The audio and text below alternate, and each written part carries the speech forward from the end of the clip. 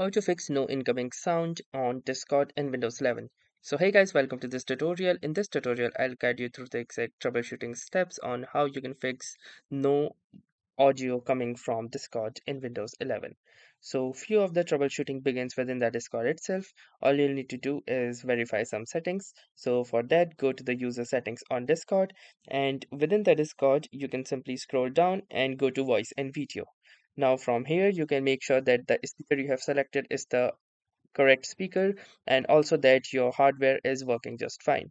And from here, also make sure that there is enough speaker volume so that the volume actually reaches you. Now apart from that, there are not any much things that we can do from here, but you can also check that these sounds are also enabled, and apart from that, make sure that all of these settings are perfectly set. So for example, let's say we have this define, undefine, mute, and unmute sounds as well. So we also have the soundboard volume and entrance sounds as well. But if you think all of the settings within the discourse within the Discord are all right, then you can move on to check the Windows settings. What you want to do is simply go to the settings of your Windows computer, and within this click onto the system option, and from here go to sound. Now within the sound you have your speakers right here, so simply choose your speaker and make sure that they are the correct source of sound. If you're using any headphones, then you should be able to see your headphones from here.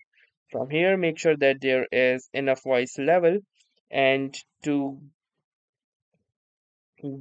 change more of the settings, what you can do is simply go back and within here click onto this more sound settings, and from here you can see that the playback is currently set to speaker.